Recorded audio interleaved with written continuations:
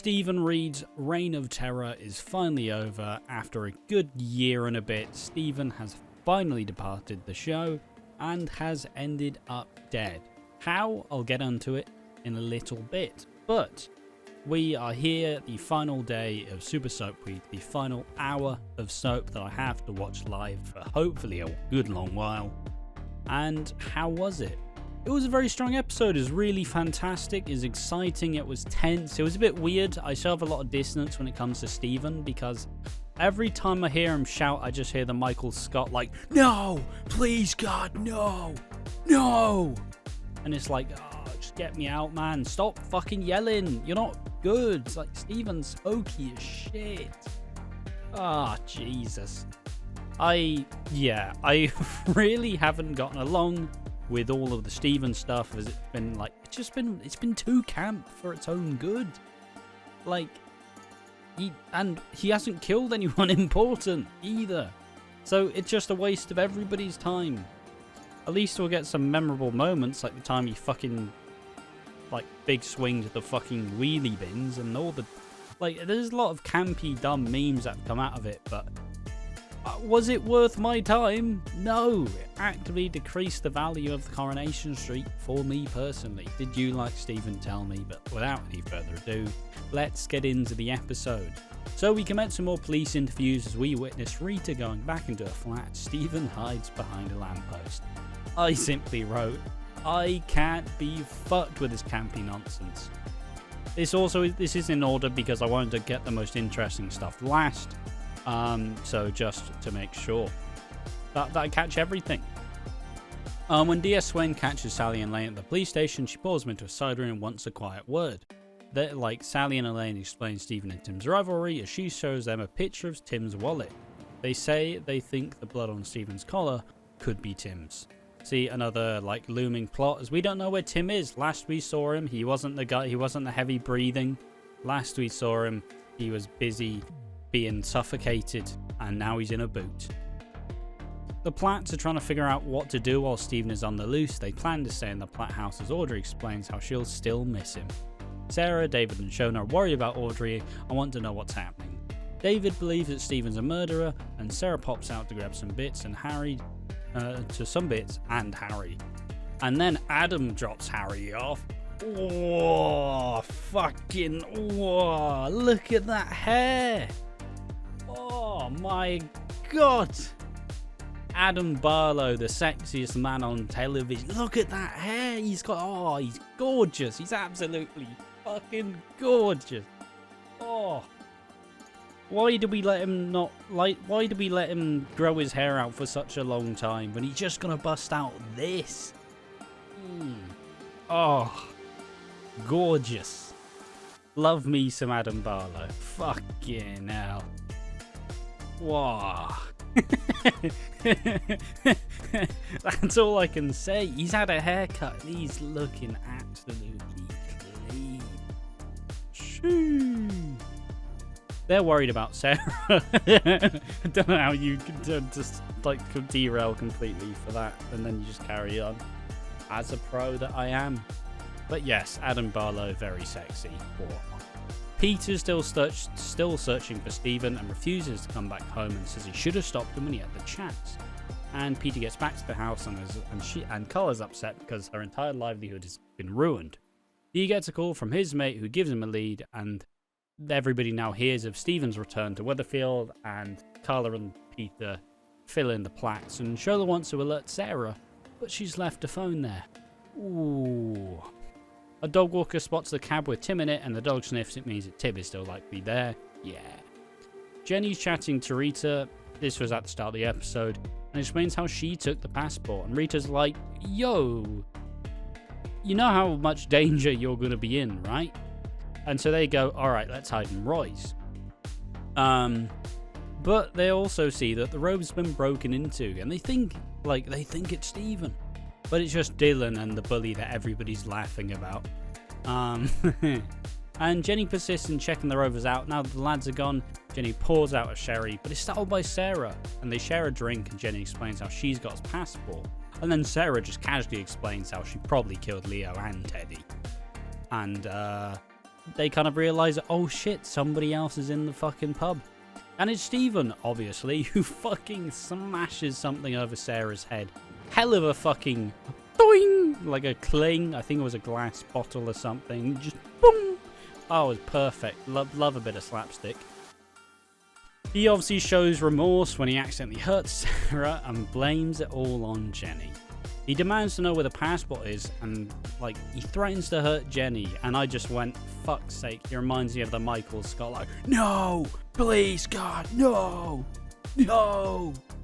And he keeps shouting and it's so fucking stupid. I hate it so much. Like, I'm not necessarily angry. It's not something that angers me, but it's just kind of like, I don't know. It takes away from the enjoyment for me personally. Like, I don't mind camp soap characters, but when this camp soap character is a fucking serial killer, like, there has to be limits.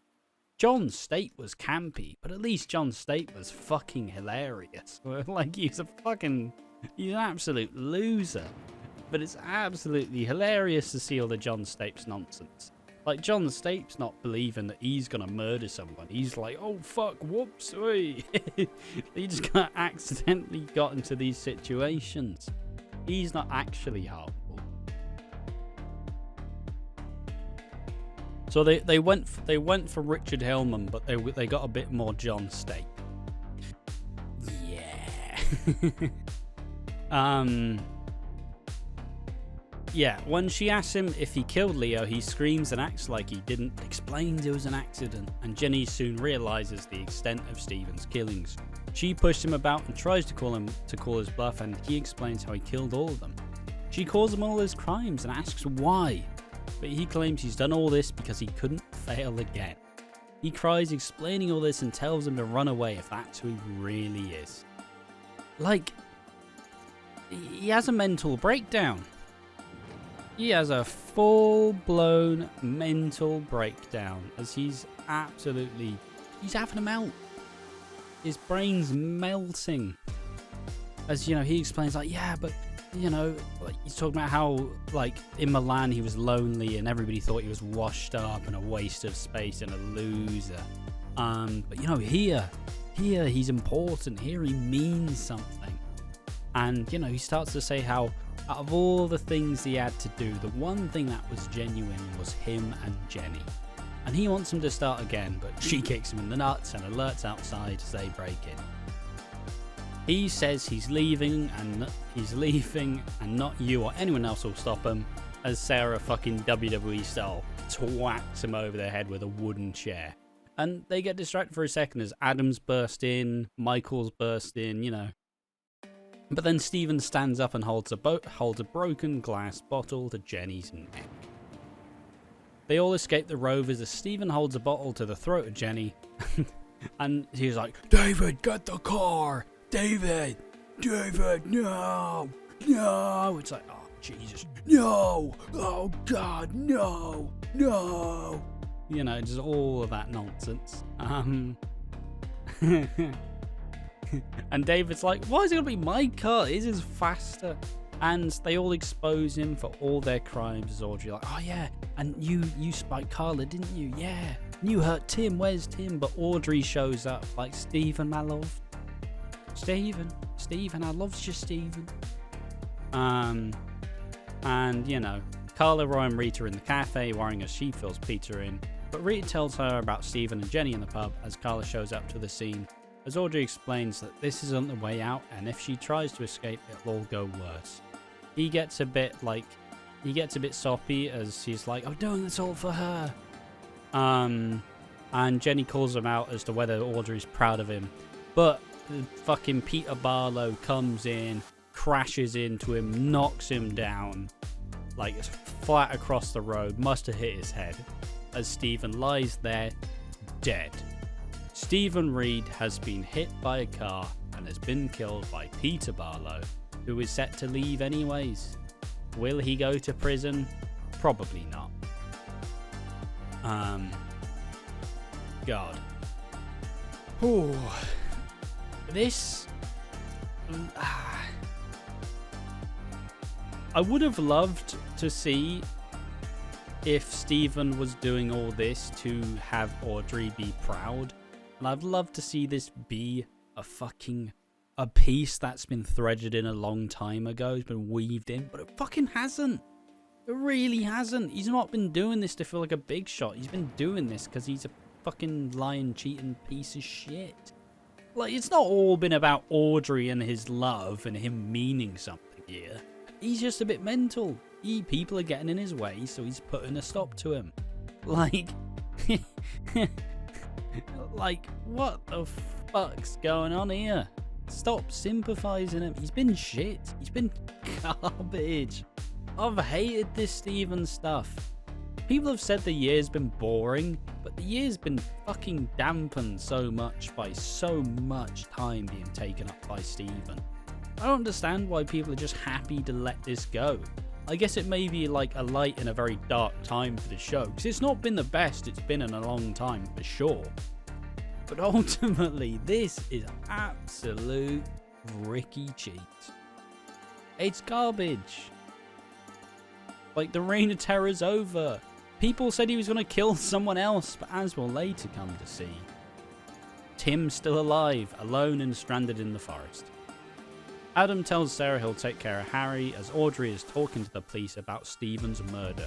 She demands that the police must write down that Peter Barlow murdered Stephen.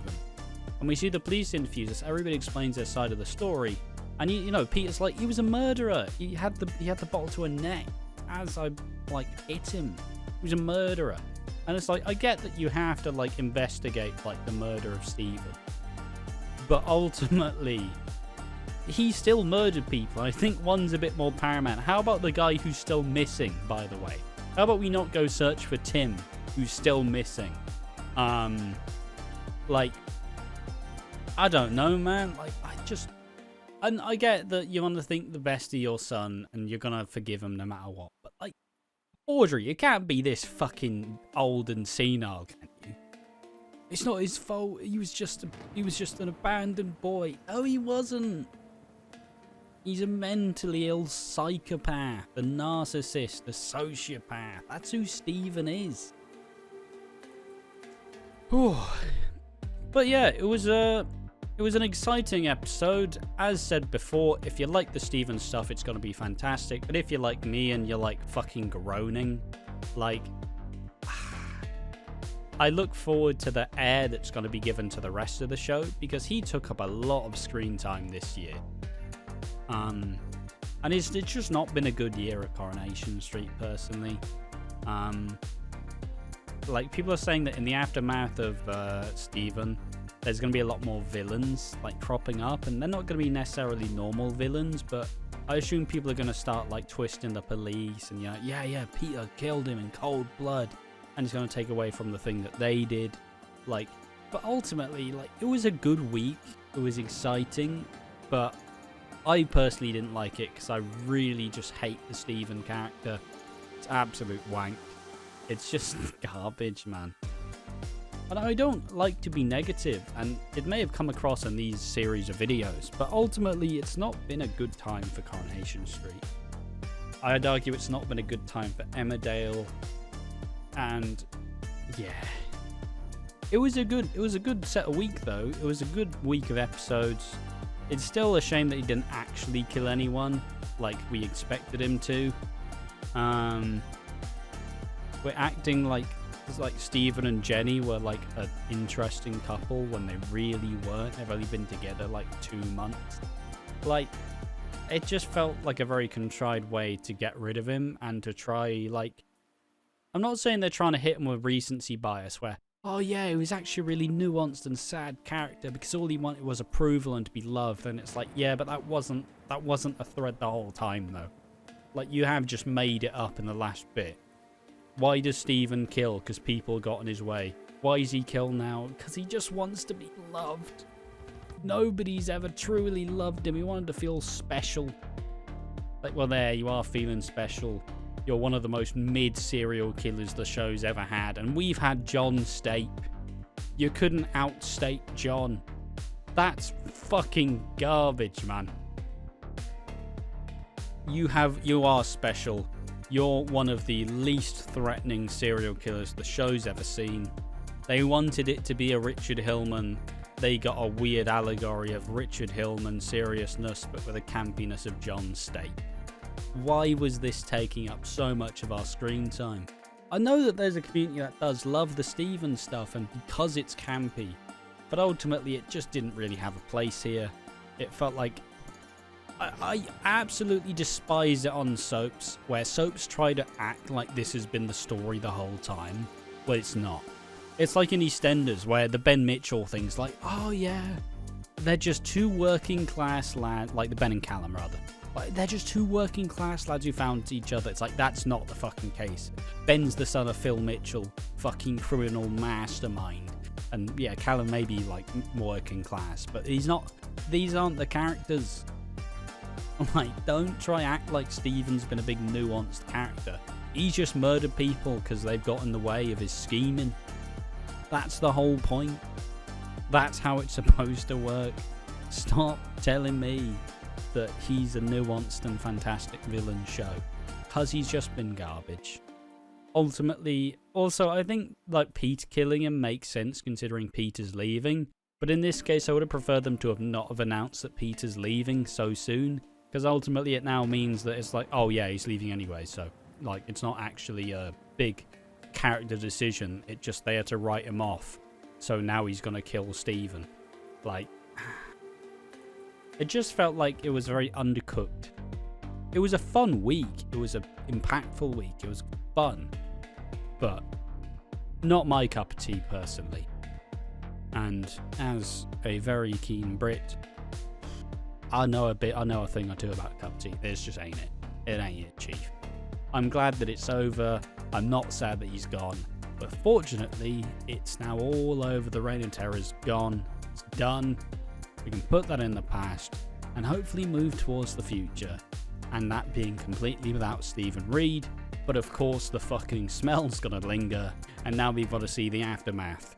I hope it doesn't take that long to get through. I hope it's not a massive like, oh, who done it or why did you do it? No. So that was what I was worried about. I was worried that they were genuinely going to do a who done it as to who killed him with all the interviews. But ultimately we know who killed him. It was Peter. And that's fine. The only real question I have is, will we find Tim? The answer is obviously yes. But you know. Oh. There we are, and that's the soap week done. Over. Reign of Terror gone. My Reign of Terror begins. I won't be covering much more current. I'll be covering Coronation Street as it fits, but I don't think I'll be covering it super actively. Obviously, this is an Eastenders base channel, that's the bulk of the content. But if there are any of these fancy weeks coming up, I will probably cover them, because ultimately I'll be watching it anyways. It's just maybe I won't be watching it at the time live.